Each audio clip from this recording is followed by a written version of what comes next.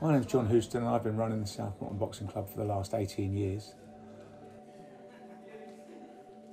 About twice a year for the last 15 years we've had shows at the club. We call these the Rumbles. They're quite a kind of intense, unique type of boxing show. And we've always done them to raise money for local good causes. And for the last 2 years we've done them to raise money for our own charity, our own internal charity, which is called the Cornermen. That's a men's mental health and suicide prevention service, which we base at the club.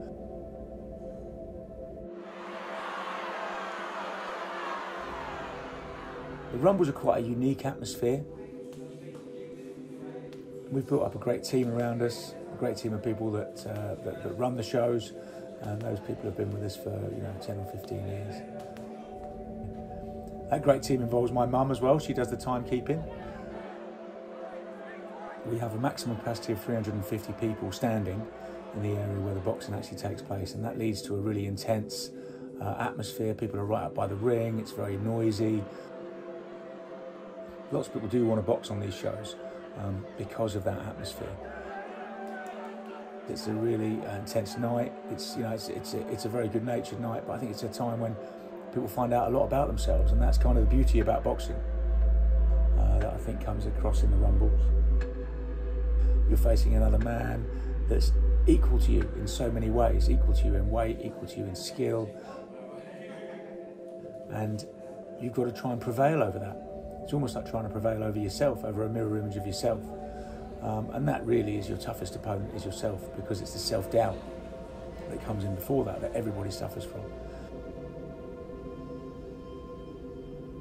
Lots of fighters do a lot of bravado before boxing, and we've all seen the trash talks and all that sort of thing, and that's just kind of deception and lies that people try and pull. They feel just as scared as their opponent.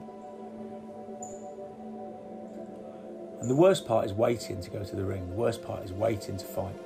You kind of feel like a man going to the gallows, and kind of everything tells you, you shouldn't do that. But you just sort of try and keep yourself calm, you try and keep yourself balanced, try not to let your adrenaline get up too quickly.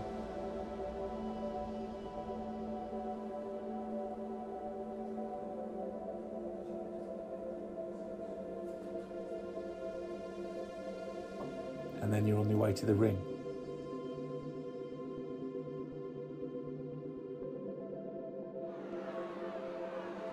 When you're on the way to the ring, you kind of put on a different persona. The energy of the crowd gets to you. You're kind of playing a role now, and you've got to play that role to the best of your ability.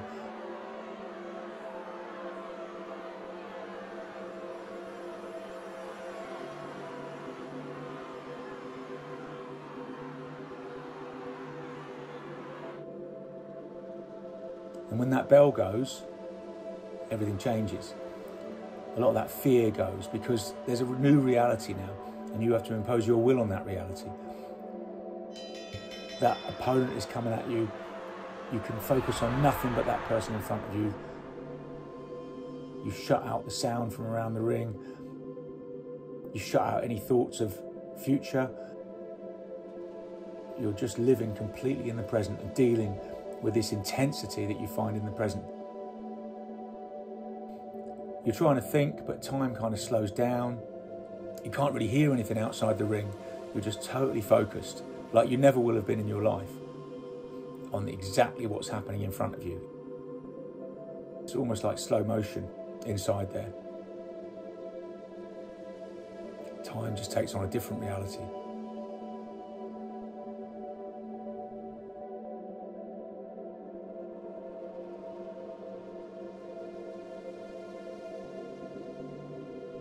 And as that fight wears on, you come back to your corner and you've got to take instruction.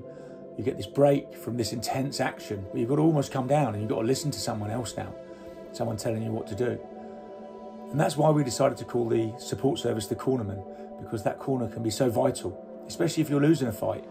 The advice of your corner to see your opponent's weaknesses, to see what you're doing wrong in the fight, why the fight's going against you, can be absolutely vital.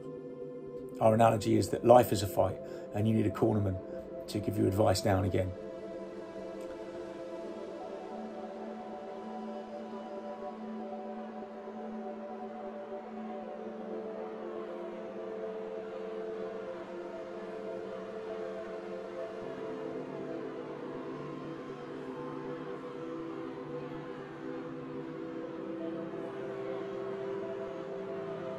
your brain is telling you to slow down, your brain is telling you to stop, you've got to push through. How much can you take? How far can you go? You know, how long can you prevail?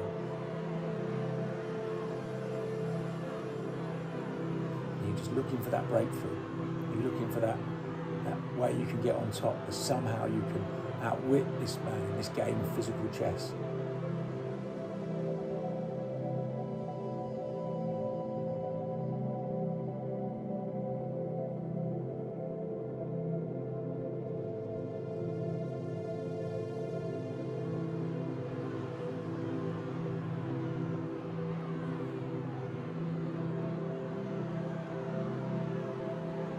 Finally, when that fight is over, you've got to that decision. You've got to wait for that decision. And often you can't tell, especially if it's a close fight, if it's going to go your way or the other way. But in a way, the fight carries on after that, because you've got to find a way to deal with the loss. And you've got to find a way to deal with the win. In that defeat, you've got to learn something about yourself. Learn something maybe about what you did wrong. Learn how you could do things better the next time. And if you've won, you can't let it overwhelm you. You can't let it trick you into thinking that you're invincible or that you're better than you are.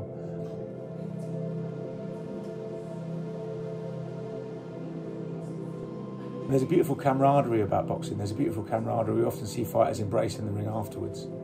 And it's because you've shared an intensity that a lot of other people haven't shared. And I think, hopefully, we've taken these lessons of boxing, put them into the Cornermen, just to try and do some good and try and help people.